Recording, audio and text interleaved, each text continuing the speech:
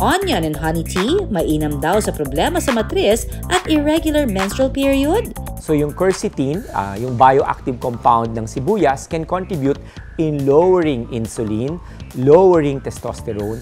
Pagka ganon, since lahat nga ng hormones affect each other, no? So pag tumataas ang testosterone, tumataas ang insulin, ibig sabihin nun, tumataas din yung estrogen. Wedding ring na stuck sa daliri ng isang babae. Kamusta na kaya siya ngayon? So hindi ako masyadong nag-worry ng mga unang panahon na napapansin kong medyo tumataba na yung daliri ko. Not until that time na talagang seryoso na akong kailangan ko na siyang tanggalin because parang napapansin ko na nagkakaroon na ng mark sa daliri ko. Kuha sa CCTV, isang babaeng tumatawid, nasalpok ng motor. Ang kanyang hita napuruhan. Mga dapat tandaan kapag tumatawid, abangan. Sa pagtawid ng ating mga pedestrian sa ating kalsada, ugaling natin tumingin sa ating kanan at kaliwa, maging sa ating likuran para maiwasan natin na maulit ang ganitong insidente.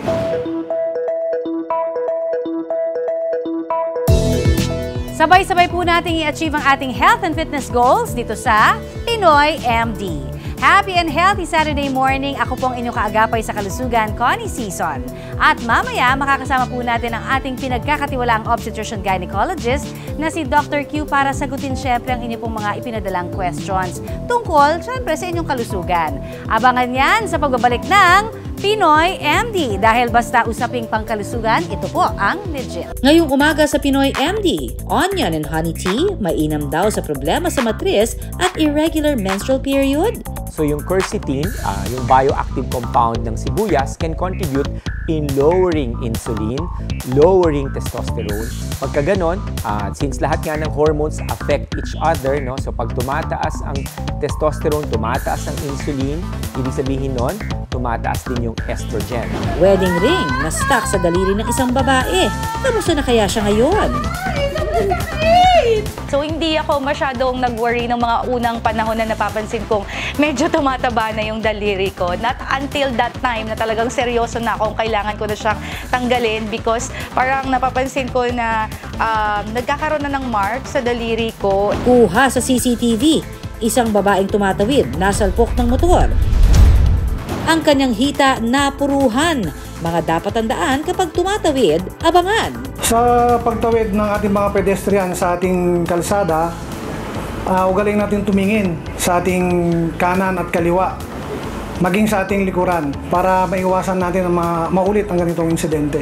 Alamin ang mga latest health updates sa pagbabalik ng Pinoy.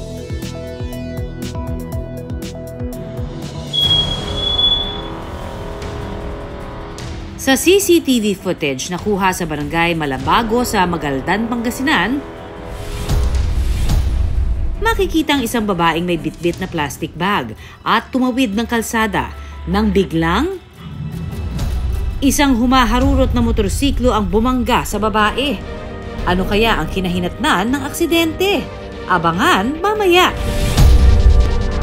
Samantala, narito muna ang ating obstetrician gynecologist na si Dr. Q para sagutin ang ilang mga usaping pangkalusugan na ipinadala po ninyo sa aming Facebook page. Good morning sa iyo, Doc Q!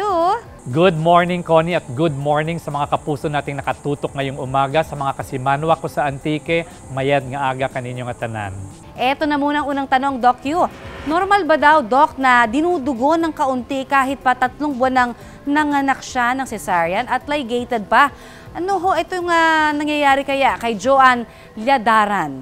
Ang gusto ko lang malaman sana, Joanne, ay kung yung discharge na lumalabas sa puwerta ninyo ay old blood or ibig sabihin dark brown o talagang fresh blood. Kasi kung fresh blood yan at ikaw ay hindi nagbe-breastfeeding, ibig sabihin noon baka naman pabalik ng inyong regla. Pero kung ito ay old blood or dark brown, ibig sabihin noon yung dugo doon sa loob ng matris ninyo ngayon lang lumalabas at ito ay brown ang kulay dahil nga lumang blood na siya at naiipon siya doon sa loob ng matris mo. Pagdating sa usaping pangkalusugan, dapat laging updated. Ika-20th anniversary po ng World Blood Donors Day, ipinagdiriwang. Pinakaunang kaso ng pagkamatay mula sa sakit na pertussis sa Bacolod na itala. Paalala po ng DOH, Iba't ibang herbal medicine gaya ng tawa-tawa, siling labuyo at bayabas, hindi raw gamot sa dengue. Ayon sa datos ng World Health Organization noong 2018, nasa 118.54 million blood donations ang nakolekta sa buong mundo. Nakapagsasalba kasi ng buhay ang pagsasali ng dugo ayon sa WHO. Ang problema, hindi lahat may access dito. Kaya naman sa rekomendasyon ng World Health Organization, dapat lagpas 1% ng total population ng isang bansa ang blood donors nito. Ang target na ito patuloy na naaabot at nalalagpasan pa ng Pilipinas simula pa noong 2017. Noong ika-14 ng Hunyo, ipinagdiwang po ang 20th anniversary ng World Blood Donors Day na may temang 20 years of celebrating giving. Thank you, blood donors! Kung saan ipinapaalala muli ang kahalagahan po ng regular blood donation para syempre makatulong sa mga pasyenteng nangangailangan ng sali ng dugo. Kapuso, ngayong napapadalas ang pag-uulan, ingat po tayo laban sa pertussis o yung whooping cough na maaaring makuha sa mabago-bagong panahon.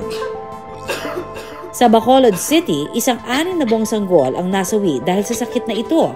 Ito raw ang kauna-unahang kaso na namatay sa lungsod dahil dito. Ayon sa datos ng naitala ng City Health Officers ng Bacolod, tinatayang nasa 53 ang bilang ng probable cases ng pertussis.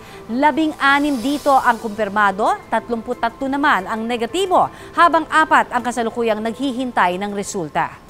Kaya kung makakaramdam ng mga sintomas gaya ng hirap sa paghinga, pagsusuka at matinding ubo, mainam na kumonsulta na agad sa mga espesyalista.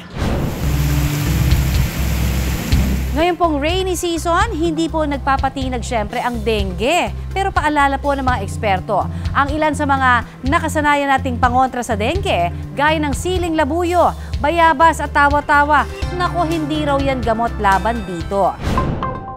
Sa isang health advisory na inilabas ng Department of Health, hindi raw ito totoo at wala pang gamot laban sa dengue.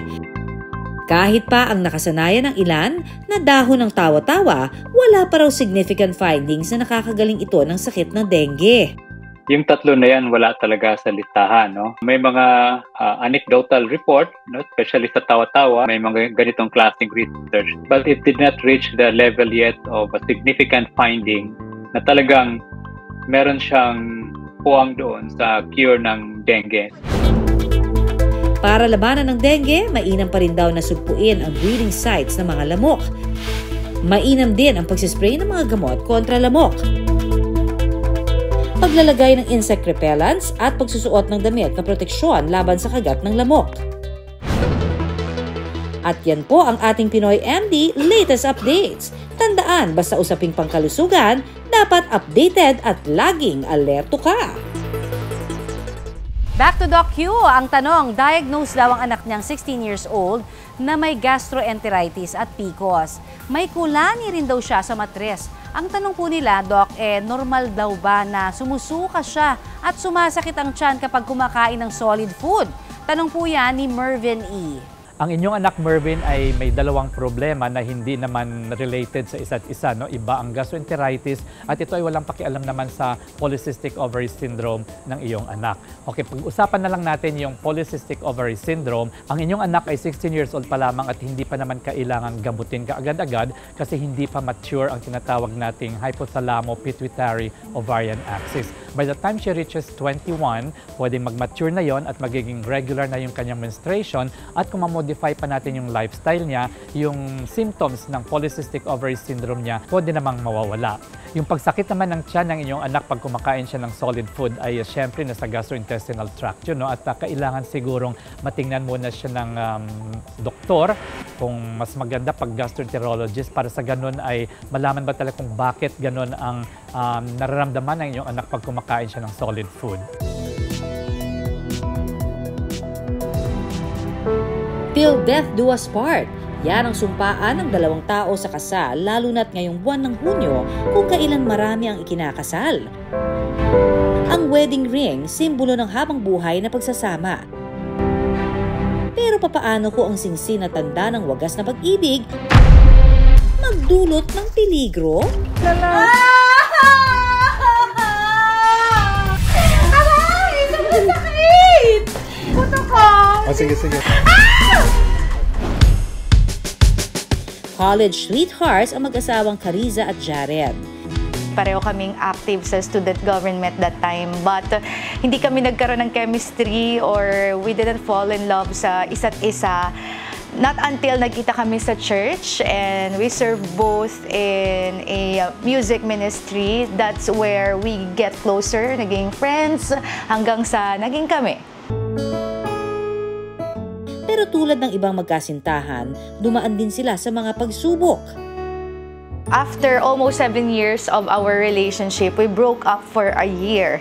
And that 1 year na nag-separate ways kami without any communication, na hindi nagkikita, we remain faithful for our love sa isa't isa. Kaya after that separation year, nung nagkita kami uli, talagang naramdaman namin at na-confirm namin na hahanap-hanapin pa rin talaga namin yung isa't isa. Hindi na pinalampas ni Jaren ang makapag-propose sa kanyang the one.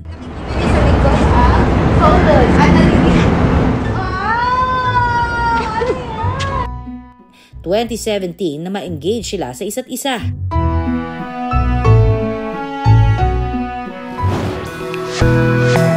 Disyembre 2020 na magpalitan sila ng I do. It's super unforgettable because first and foremost, it happened 2020 in the midst of pandemic.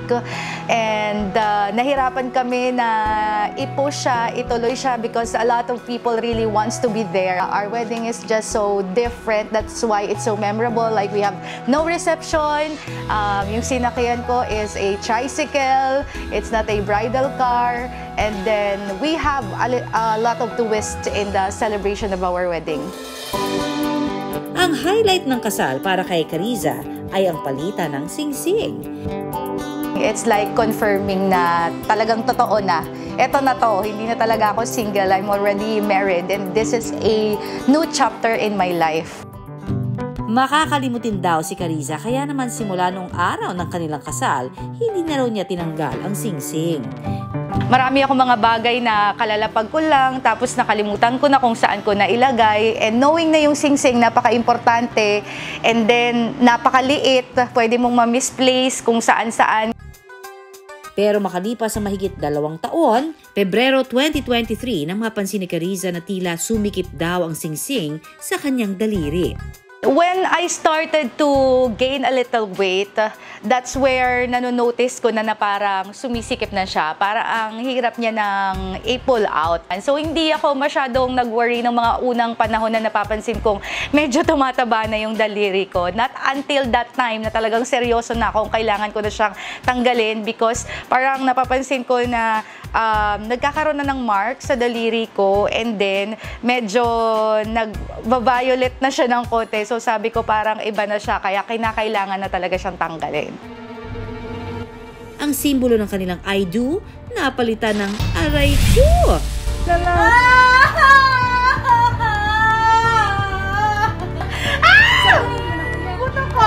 Sige. Aray! Sobrang sakit! Oh, ang lapit na oh. Gitna na dito na oh. Sakit na masyado. To the rescue naman ang kanyang mister at mga kaibigan. Yan na oh, ang lapit na oh. Gitna na dito na. Yung una ako lang mag-isa ang nagtatanggal. Talagang pinipilit ko siyang tanggalin sa daliri ko. And sinabon ko siya. Tapos, syempre nilagyan ko ng tubig, nilagyan ko ng oil. Yung mga pampadulas na alam kong pwede kong gawin para matanggal siya. Pero hindi talaga, walang nangyari. Sobrang sakit! Ano nga ba ang dapat gawin sa ganitong sitwasyon? Ayon sa General Physician na si Dr. Bianca Mendoza, kapag na-stuck raw ang singsing sa ating daliri, ayan, nagsisilbi ito tilang tourniquet na pumipigil po sa daloy ng dugo sa ating daliri. Kapag nangyari po pala ito, ay posibleng magtamo ng traumatic injury ang daliri tulad po ng fracture. At ang pinakamalala dyan ay putulin mismo ang ating daliri. Naku, kaya ingat-ingat po tayo ha mga kapuso. Siguraduhin natin na tama lang ang sukat ng ating singsing. Ayan.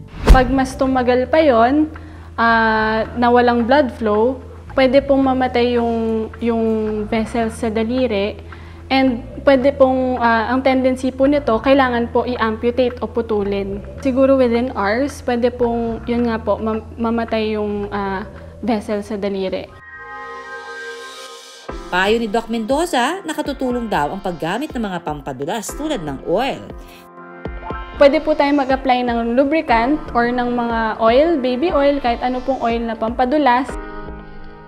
Pwede rin daw gumamit ng mga tali tulad ng ribbon o di kaya ay floss. Pwede po natin gamitan po ng pag-ikot po ng tali or nung kahit anong string or ng floss po para makalabas po ang ring. Kung hindi po talaga nag-work lahat ng methods na nabanggit ko, ang kailangan na po natin gawin ay sirain po ang ring. Ngunit medyo risky lang po ito kasi pwede po matamaan po ang balat. Samantala si Cariza, napapahiyaw sa sakit. Sobrang sakit niya talaga, especially yung feeling na tatanggalin na siya tapos na-stuck siya doon sa may bones ng daliri natin. Naghahanap na kami ng pwedeng pumutol na lang ng singsing kaysa putulin yung daliri ko. Una nilang tinalian ng ribbon ang singsing. Saka nila ito pinahira ng liquid soap. Sige, sabon. Makalipas ang 15 minuto, yan na!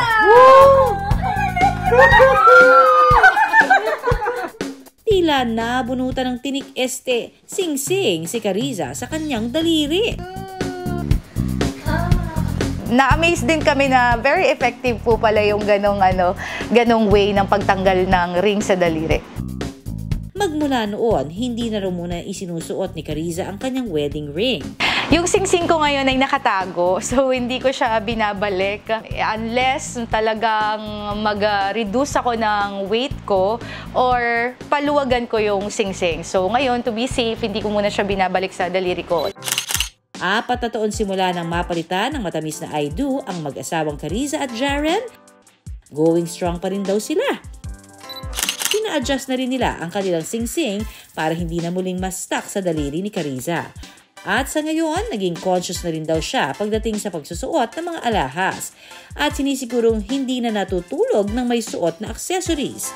Sabi nga ni Cariza, be strong or let it go. Siguro lesson learned ko dito is that kapag may mga bagay na tayo na once nating nakita or twice na parang may mali na, wag na nating indahin ng matagal. Sa unang part pa lang na nasasaktan ka na and if you feel that there is really something wrong, learn to let go na hanggat kaya mo pang bumitaw, hanggat kaya mo pang mag-let go ng mga tao at bagay sa iyong buhay. Hugot yarn!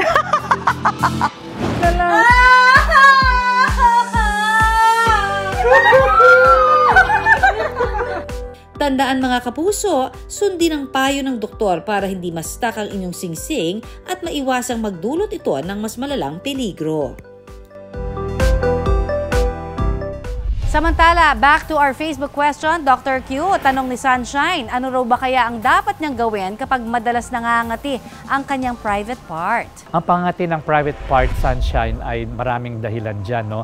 Unang-una, dapat nga malaman ko kung ikaw ba ay overweight or obese o kung ikaw ba ay nasa reproductive system o nasa perimenopausal period na, no? O kung may diabetes ka man o wala. Kasi kung may diabetes ka, ay very prone ka sa mga urinary tract infection at saka siyempre sa mga fungal infections doon sa puwerta at ito ay maging dahilan ng pangangati sa labas ng puwerta ninyo. No? Kailangan ding matingnan kung ano ba ang blood sugar ninyo, kung mataas ba siya o mababa kasi kung mataas yan, ay kailangan sigurong gamutin ka at baka ikaw ay may diabetes. Another reason kung bakit nangangati ka sa masilang parte na yan ay pwede namang hygiene lang, no? Plain and simple, good hygiene. At syempre, kung hindi malinis ang loob ng puwerta at saka yung sa labas, ay pwedeng yun ang dahilan ng pangangati mo. O kung minsan may mga infections din, kaya kailangan matingnan ka rin ng gynecologist para sa ganun ay malalaman kung may infection ka, anong klaseng infection, ito ba ay bacterial or fungal kasi iba ho ang gamutan dyan.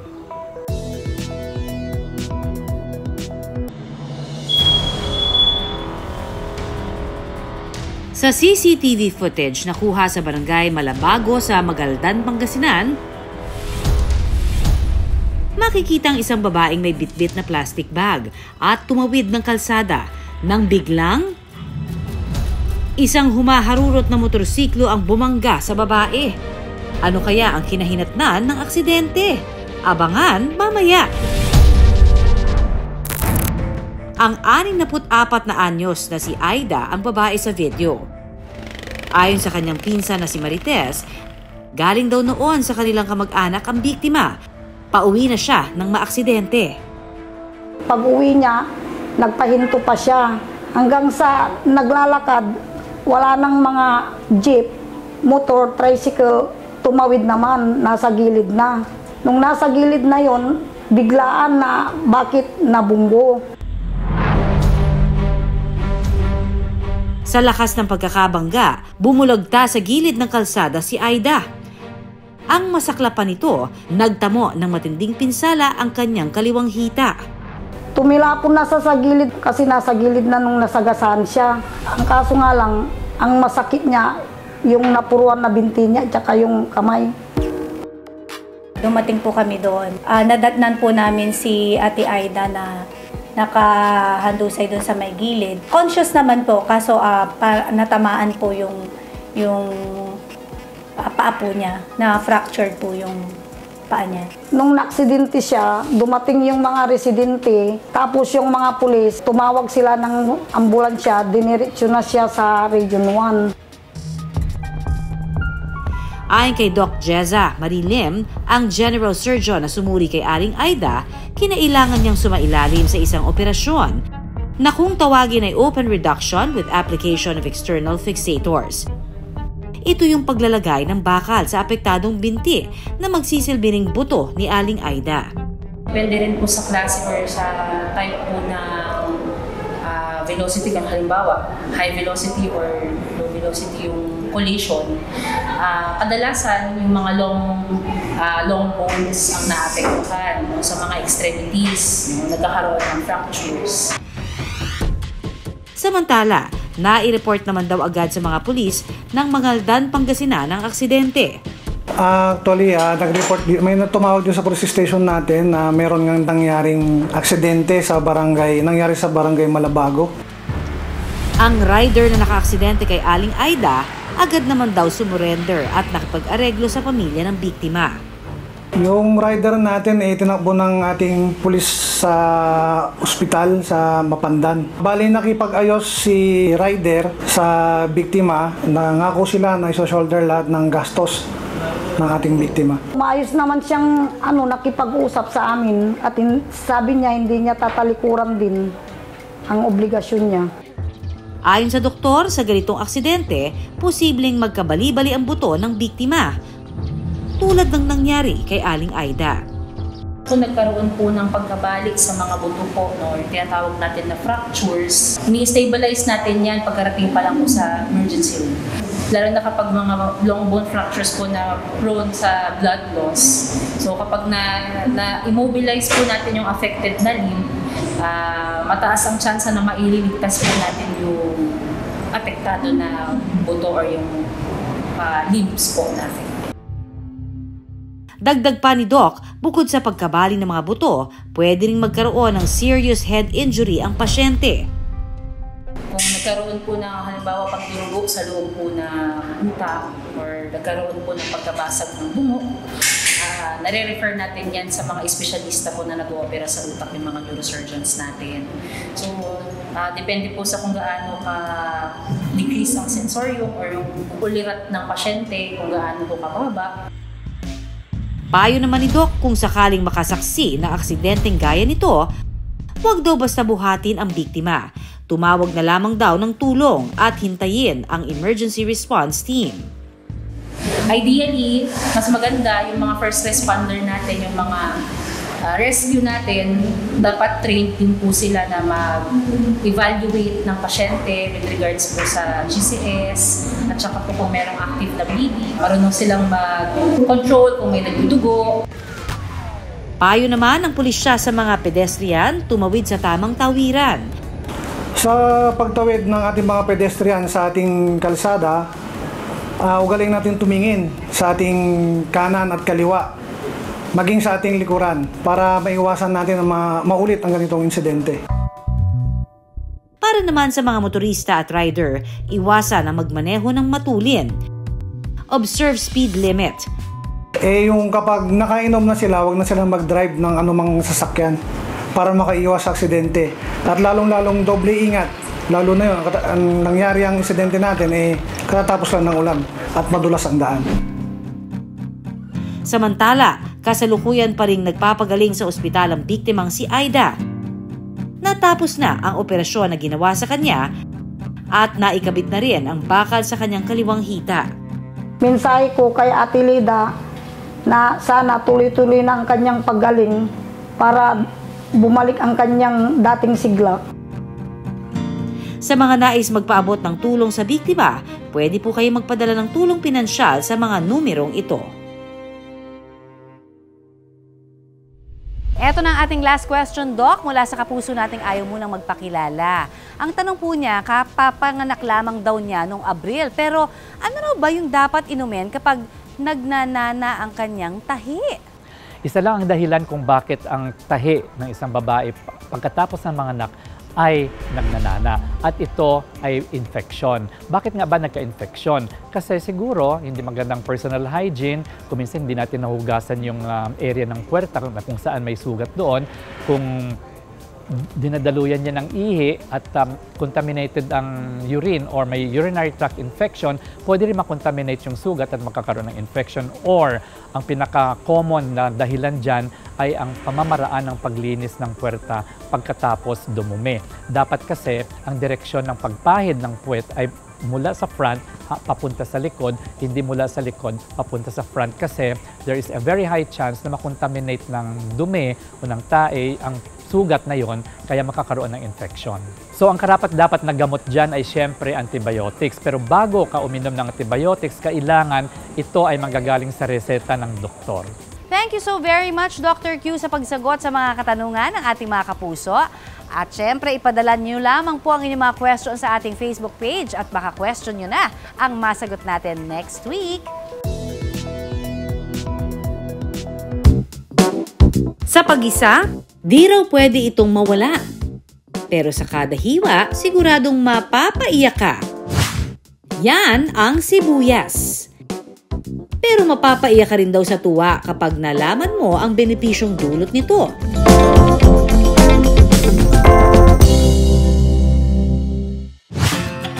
Dito sa isang barangay sa Uson, Masbate, sibuyas ang sakalam na sangkap ng 40 anyos sa si Elenita Larrieta. Sa kanyang munting bakuran, iba't ibang halaman na raw ang kanyang pinaparami. Nagbunga na raw kasi ang pagiging plantita niya nang magkaroon siya ng urinary tract infection o UTI. Mahirap po umihi, Sir Ray, pabalik-balik sa CR, ihi ng ihi, tapos patak-patak lang po. Kaya nahirapan po talaga ako. Iba't ibang halamang gamot na rin daw ang kanyang nasubukan. Pero ang paborito niya, ang sibuyas na pwede palang gawing tsaa. Nag-research po ako kung talagang totoo yun.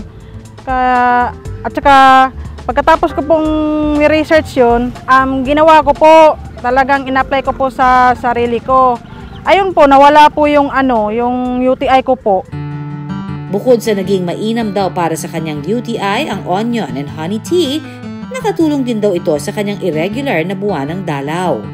Irregular po yung mens ko, sir, dahil di ko po alam kung bakit nagkaganoon dahil nung previous po, hindi po ganun ang regla ko. Talagang buwan-buwan po ako dinadatnan. Tapos, nung nalaygit po ako, doon po nag-irregular yung regla ko po. Mainit po ang ulo ko. At saka masakit po yung puson ko. Hindi ka raw maiiyak sa paggawa ng onion and honey tea dahil easy-peasy lamang ang recipe. Maghiwa lang ng 2 pirasong sibuyas, tsaka pakuluan sa loob ng 8 minuto. Isalin ang tinimplahan ng honey bilang pampatamis. At meron ka ng onion and honey tea. Ang bango, amoy durian, tapos pag ininom mo na, masarap sir, masarap. Dahil po sa honey. Pwede po siyang inumin na walang honey, sir. Importante doon, yung mainom mo yung tea. Palamigin lang po natin. Dahil naniniwala si Elenita na sharing is caring, ibinahagi na rin ang kanyang nahanap na recipe sa kanyang social media account.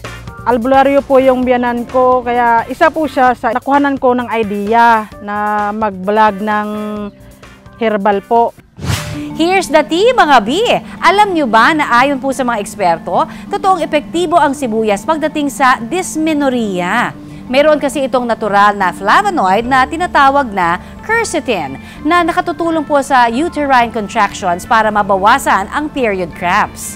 Kaya naman, hindi na raw tayo maiiyak sa sakit dulot ng dysmenorrhea. Ayon sa ating internist and health and wellness doctor na si Doc Oy Balburias, nakatutulong ang sibuyas sa pagpapababa ng insulin. So yung quercetin, yung bioactive compound ng sibuyas, can contribute in lowering insulin, lowering testosterone. Pagka ganon, since lahat nga ng hormones affect each other, no? So pag tumataas ang testosterone, tumataas ang insulin, ibig sabihin nun, tumataas din yung estrogen. So kung ang isang babae may estrogen dominant status, then mababalik nito yung ratio ng estrogen towards progesterone. Dahil dito, ayon kay Doc, posibleng ang makatulong ang sibuyas para magkaroon ng regular menstruation.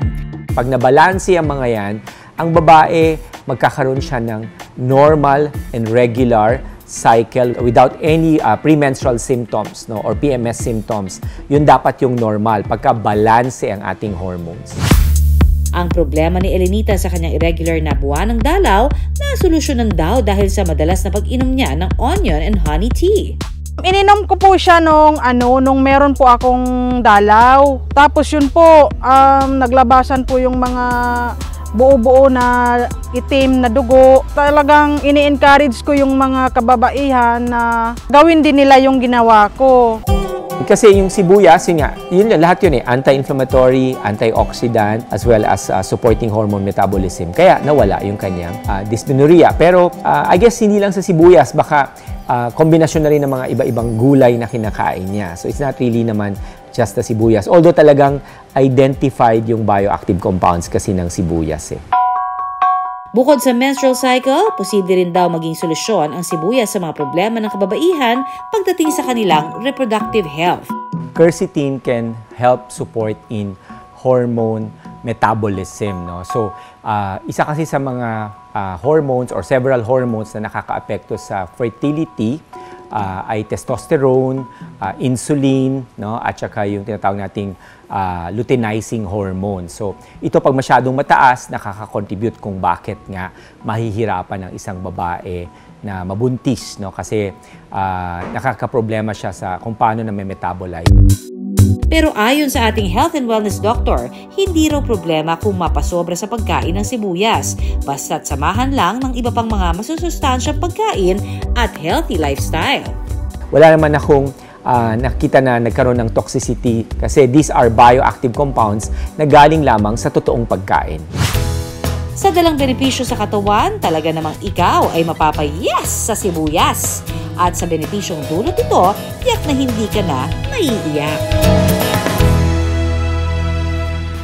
Mga kapuso, laging tandaan, ang kalusugan ay kayamanan. Para sa health tips mula sa ating mga eksperto, i-follow po ang ating Facebook page ng Pinoy MD at GMA Public Affairs o kaya ay syempre mag-subscribe na rin sa GMA Public Affairs YouTube channel. Samantala, nakaisang oras na naman tayo mga kapuso. Maraming salamat sa lahat po ng mga tumutok sa atin ngayon pong araw ng Sabadong ito at syempre sana ho ay na-inspire kayong maging fit and healthy. Hanggang sa susunod na Sabado mga kapuso, magkita-kita pa rin po tayo dito pa rin mula 6 to 7 a.m. po sa ating Kapuso Network, ang Pinoy MD.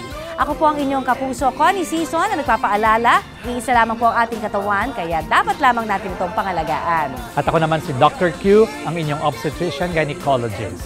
Tandaan, unahin ang kalusugan at lagi pong tumutok dito sa programa kung saan kayo at ang inyong kalusugan ang laging #1. Dito pa rin sa nag-iisang tahanan ng mga doktor ng bayan. Ito po ang Pinoy MD. Kaya dapat itong pangalapin ay tandaan ang kalusugan. Sa lahat ng ating katawan, kaya dapat itong pangalapin.